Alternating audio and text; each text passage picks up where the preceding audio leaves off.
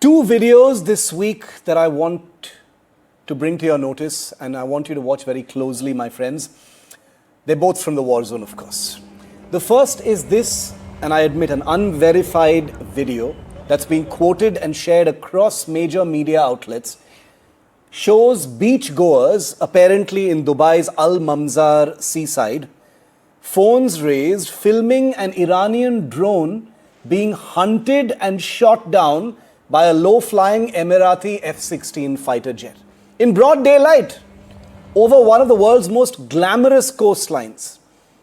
It is a genuinely jaw-dropping display of air power, completely in public view. This is a beach in Dubai, they say. The second video I want to show you today is gun cam footage, which has already been going viral all week. These are filmed from Emirati Apache attack helicopters, very much like the ones we have in the Indian Air Force. You can see their 30mm chain guns chewing through Iranian Shahid drones as they cruise towards their targets. Brutal, clinical, and really extraordinary to watch. And there's sound in these videos. I want you to just listen to the sound here. Destroy. Target destroy. Target destroy. Target destroy. Target destroy. Target destroyed. Target destroyed, sir. Kill, sir. Target destroyed. Target destroyed. Target destroyed. That is actual combat audio from Apache attack helicopters as they shoot down those Iranian Shahid drones. This war has given us a rare and riveting window, viewers, you can see in these two visuals, into frontline aerial combat. Aircraft being thrown into the sky to hunt cheap Iranian drones. And yes, plenty of people have been fretting about deploying these multi-million-dollar aircraft to swat down drones worth just a few $1,000s. But that framing, in my opinion, misses the point entirely, because these drones are heading towards targets that, if they reach them, could cause billions of dollars in damage. And some are getting through. Just today, before I began this broadcast, a successful Iranian drone strike hit the Rawais refinery complex. Look at what happened. This is in Abu Dhabi, one of the largest in the world. This despite advanced air defenses, this fleet of F-16s and Apaches and other aircraft actively, like I showed you in those two videos, patrolling the skies over the United Arab Emirates. Now, the cost of failure is not just financial either. The Emirati Ministry of Defense announced yesterday that these two young pilots were killed in action, likely while hunting Iranian drones in their Apache attack helicopter. Emirati blood has now been spilled in those skies. These two videos is one of the most surreal faces of this conflict, in my view, and that's why I wanted to spend some time showing it to you and sharing my thoughts with you. Drone hunts are not happening at some remote high-altitude areas over some distant desert frontier. They're happening at low altitude over some of the most visited cities and destinations on the planet.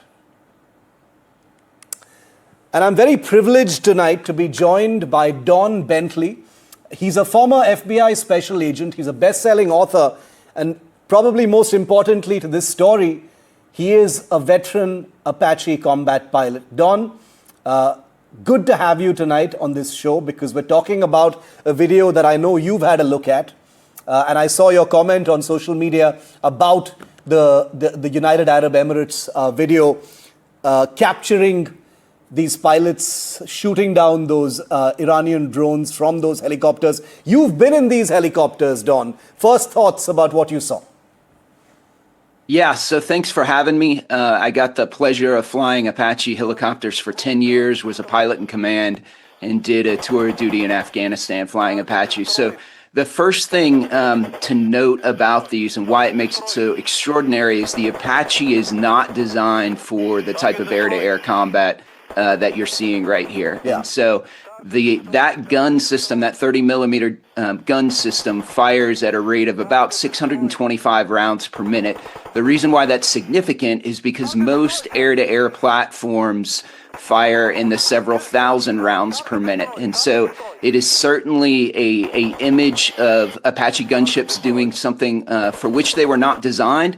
But that is kind of the story of the Apache gunship. It was originally built in the 70s for the Cold War in the 80s. If you remember, back when there was an East and West Germany and a Fulda Gap, it was designed to hover there and send munitions into the advancing Russian Soviet armor hordes. And it is now advanced to before my tour of duty in Afghanistan, where it became a close air support platform that didn't sit there and hover, that had to do diving fire in support of Americans on the ground. And so it is the world's finest attack helicopter, and as a weapon system, it continues to evolve.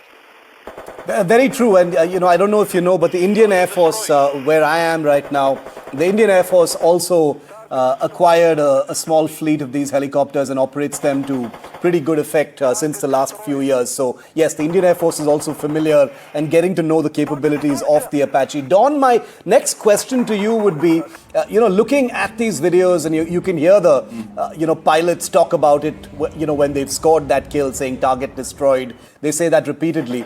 I just wanted to know, because, you've been in these cockpits, you've flown these aircraft, and I take your point that, the Apache wasn't really built for this kind of mission. How difficult would missions like this be? Literally sort of prowling behind a slow-moving drone and shooting it down with that cannon. How complicated are these missions? Yeah, sure. So the first thing, you have to apologize to your viewers, because the audio for the radio transmissions and the pilots came across, but what they missed is the fantastic sound of that chain gun firing. When it shoots, the entire helicopter vibrates, and you can feel it like a jackhammer in your chest. It's the best sound in the world. But in answer to your question, so the UAE, rightfully so, is getting a lot of attention for doing this. They were actually not the first ones to do this. So the Israeli Air Force actually used their Apaches to shoot down the Shahed drones about a year ago, back in June, during the 12-day war.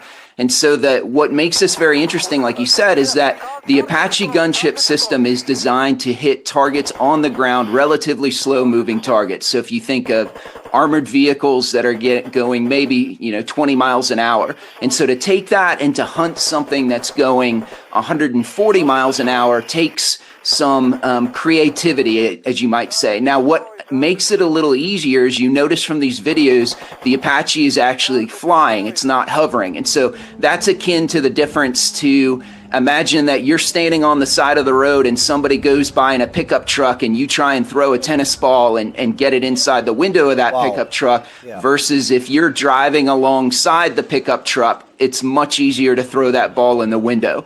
And so by having the Apaches come behind these drones or fly alongside of them, you decrease the delta speed between the two of them and make those guns engagements easier. Now, it's still very, very difficult to do, because another thing that's unique to the Apache, because it has that slow rate of fire, is what you'll notice, there aren't tracers in these rounds. When you see the rounds, sometimes what you're actually seeing is under FLIR, under the forward-looking infrared, you're seeing the black hot of those rounds coming in. And so the gunner can't walk those rounds onto target like somebody who's flying an F-16 does. And so what he or she is doing is using what's called the TADS, the target acquisition system, at the front of the helicopter in order to track that target. And then there's a fire control computer in the Apache that's actually doing the math for that gunner and figuring out how to lead that target. So still, as you see a lot of those bursts, he's firing, and that's another thing the Apache does, is you have a burst limiter. And so I would guess his burst limiter is probably on 10 rounds.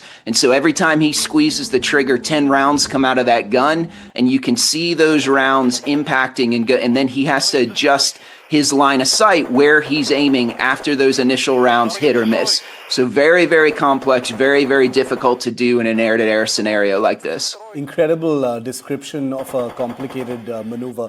Don, I know combat aviation is inherently risky. There are always risks because, decision time is low. In this particular mission, you're not flying very far away from what you're firing at, I assume. Yesterday, very, very tragically, there was actually a crash in which 2 young pilots were killed.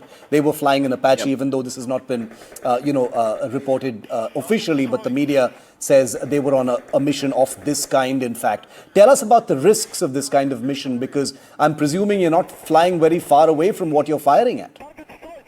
Sure. So military aviation is inherently dangerous, and flying gunships is even more so. And so, as an aside, when I was deployed to Afghanistan from 2005 to 2006, we didn't lose any Apaches to enemy fire, but we had 2 Apaches go into the ground because the environmental conditions that we were flying under were so difficult to manage. And so even when you're not getting shot at, as this is the case, it's very, very difficult to do that mission. And so I haven't seen the details that you're referencing, but I would have to imagine that the pilots probably flew into the debris of what they were shooting at. And Correct. Again, that is, so even when you're shooting targets on the ground, if you imagine doing diving fire and shooting rockets, so 30 millimeter, there's a scenario that's called target fixation, whereas the pilot, you are so fixated on that target and on walking your rounds into the target, oftentimes you can lose situational awareness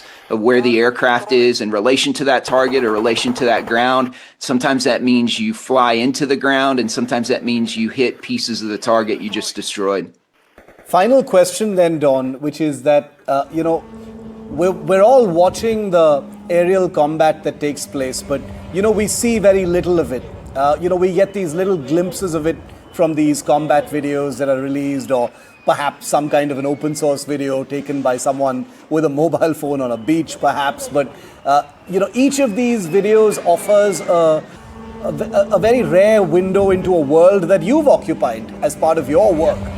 So I do want to ask you what it's like being in a cockpit in an operational environment. This is not training, this is not a drill, this is a live situation.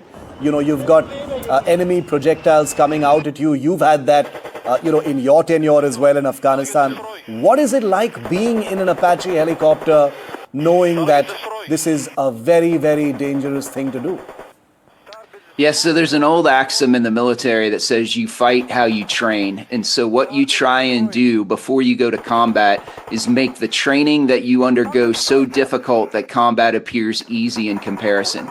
Now, it never probably quite gets to that extent, but I can just speak from my firsthand experience. The first time I was actually in combat, the first time I was getting shot at, a bunch of stuff had gone wrong. A helicopter in front of me had been shot down, and I was trying to get through that OODA loop, that orient, observe, decide, and act, where I was transitioning from how I thought this engagement was going to play out until how it did. And it wasn't until we got shot at that things kind of synced in my mind. And the reason for that is that as we got shot at by an RPG, my co-pilot said, "We're taking fire." And that phrase is one that we had practiced over and over again. And when I heard him say those words, it was like I was then able to react by muscle memory and say, okay, this is what I trained to do. This is what I need to do next. Here's how to actually address that situation. But it really is, that's why training is so important. That's why the U.S. military spends so much money on preparing to go to war before we ever go to war, because you want the men and women